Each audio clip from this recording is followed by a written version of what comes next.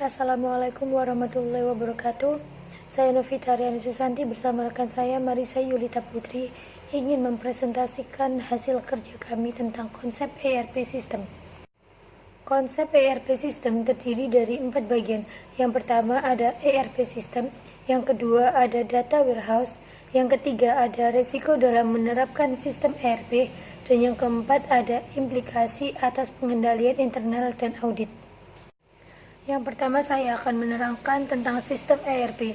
Sistem ERP adalah sebuah software yang didesain khusus yang diperuntukkan untuk memproses manajemen atau pengelolaan inventaris dan juga kontrol suatu perusahaan.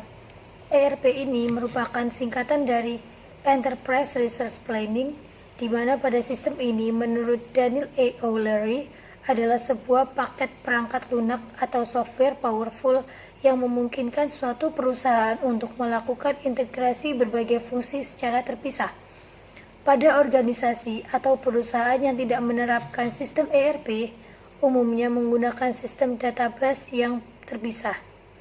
Dengan adanya ERP, sistem ini tersebut nantinya akan dikembangkan untuk menggantikan sistem-sistem yang terpisah, sehingga nantinya menjadi terintegrasi dan pengelolaannya lebih efektif dan efisien. Untuk saat ini sudah mulai banyak perusahaan yang menggunakan sistem ERP karena banyak kelemahan yang terdapat dari sistem informasi yang lama atau konvensional yang bersifat terpisah. Di sini terdapat 3 keunggulan dari sistem ERP. Yang pertama, dengan adanya sistem ERP pada sebuah perusahaan, sistem ini akan memberikan tingkat data yang valid. Yang kedua, kecepatan dalam memperoleh informasi di mana pada sistem ERP ini perusahaan bisa mendapatkan informasi yang lebih cepat. Yang ketiga, terdapat kontrol terhadap keamanan, ketersediaan serta kehandalan sistem yang menjadi lebih mudah dikarenakan sistem ERP. Kemudian yang kedua, saya akan menerangkan tentang data warehouse. Di sini terdapat beberapa pengertian data warehouse menurut para ahli. Yang pertama ada menurut RALPH Kimbali. Data warehouse adalah suatu sistem yang mengekstrak, melakukan pembersihan, menyesuaikan diri, serta mengirimkan sumber data pada suatu data penyimpanan. Yang kedua dari Bill Inmon, menyatakan bahwa data warehouse adalah dasar dari proses pengambilan keputusan. Dan yang ketiga ada Poe, menyatakan bahwa data warehouse merupakan basis data analisa yang hanya bisa dibaca serta dipergunakan sebagai bahan pada sistem pendukung keputusan. Berikutnya ada beberapa konsep dasar data pada warehouse. Yang pertama ada data-data yang berorientasi pada subjek, mempunyai dimensi waktu, terintegrasi dan merupakan koleksi lengkap yang dipergunakan dalam rangka mendukung proses pengambilan keputusan oleh manajer pada tiap-tiap jenjang, terutama jenjang manajer dengan peringkat yang tinggi. Dan yang kedua ada pusat repositori informasi yang dapat memberikan database yang berorientasi pada subjek bagi informasi yang bersifat historis, yang memberikan dukungan decision support system serta executive information system. Yang ketiga, merupakan data yang didapatkan dari proses yang mana sebuah organisasi mengekstraksi makna dari aset informasi yang dimiliki. Yang keempat, ada salinan dari transaksi data yang terstruktur secara spesifik pada query serta analisa. Yang kelima, ada merupakan salinan dari transaksi data yang terstruktur secara spesifik pada query serta laporan. Kemudian yang akan kita bahas adalah komponen data warehouse. Yang pertama adalah source data.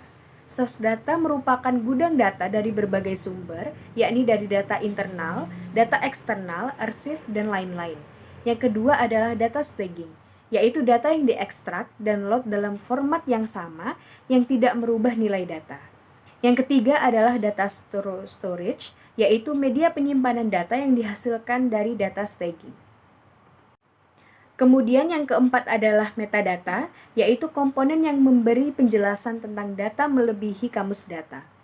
Metadata terbagi atas metadata operasional, metadata transformasi, dan ekstrak serta metadata user. Kemudian yang kelima adalah information delivery, yaitu penyampaian informasi pada pengguna yang mana terdapat teknik online, intranet, serta email. Yang keenam adalah manajemen dan kontrol, merupakan pengelolaan serta pengendalian yang ada pada data staging serta metadata. Kemudian adalah penerapan data warehouse. Data warehouse diterapkan pada beberapa perusahaan atau bidang berikut. Yang pertama adalah perusahaan telekomunikasi untuk mengamati jumlah transaksi yang terjadi. Yang kedua adalah perusahaan keuangan untuk mendeteksi transaksi keuangan. Yang ketiga adalah perusahaan asuransi untuk mengidentifikasi layanan kesehatan, mana yang perlu diberikan asuransi dan mana yang tidak perlu.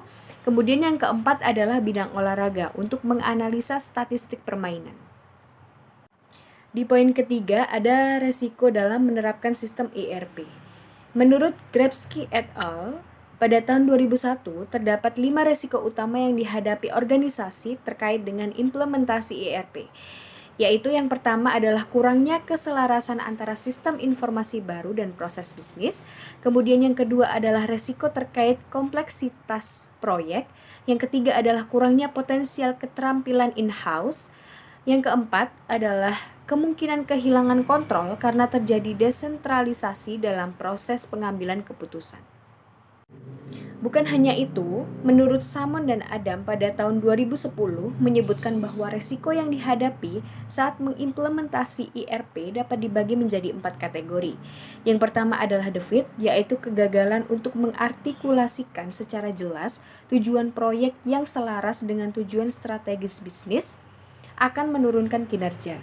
Yang kedua adalah the actors, yang artinya kegagalan untuk mengedukasi semua staf dan mengalokasikan sumber daya terbaik pada proyek akan menghasilkan proses bisnis yang tidak cukup atau tidak dapat dilaksanakan oleh tim.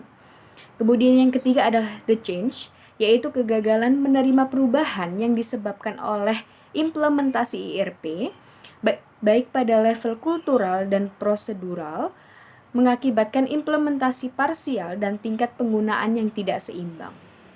Kemudian yang terakhir, yang keempat, adalah the plan, yaitu kegagalan untuk merencanakan secara strategis mengakibatkan penyampaian solusi yang tidak memadai, terlambat, dan melebihi anggaran.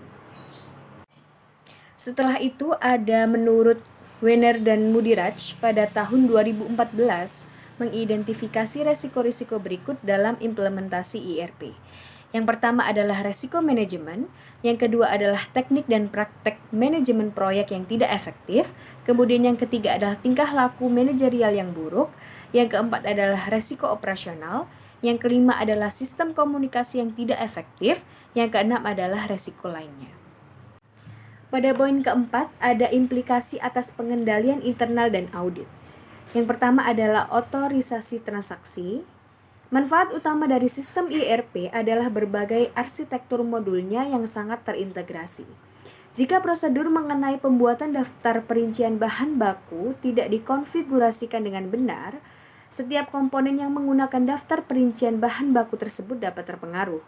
Perlu dibuat pengendalian dalam sistem tersebut untuk memvalidasi berbagai transaksi sebelum diterima dan ditindaklanjuti oleh modulnya. Kemudian yang kedua adalah pemisahan pekerjaan.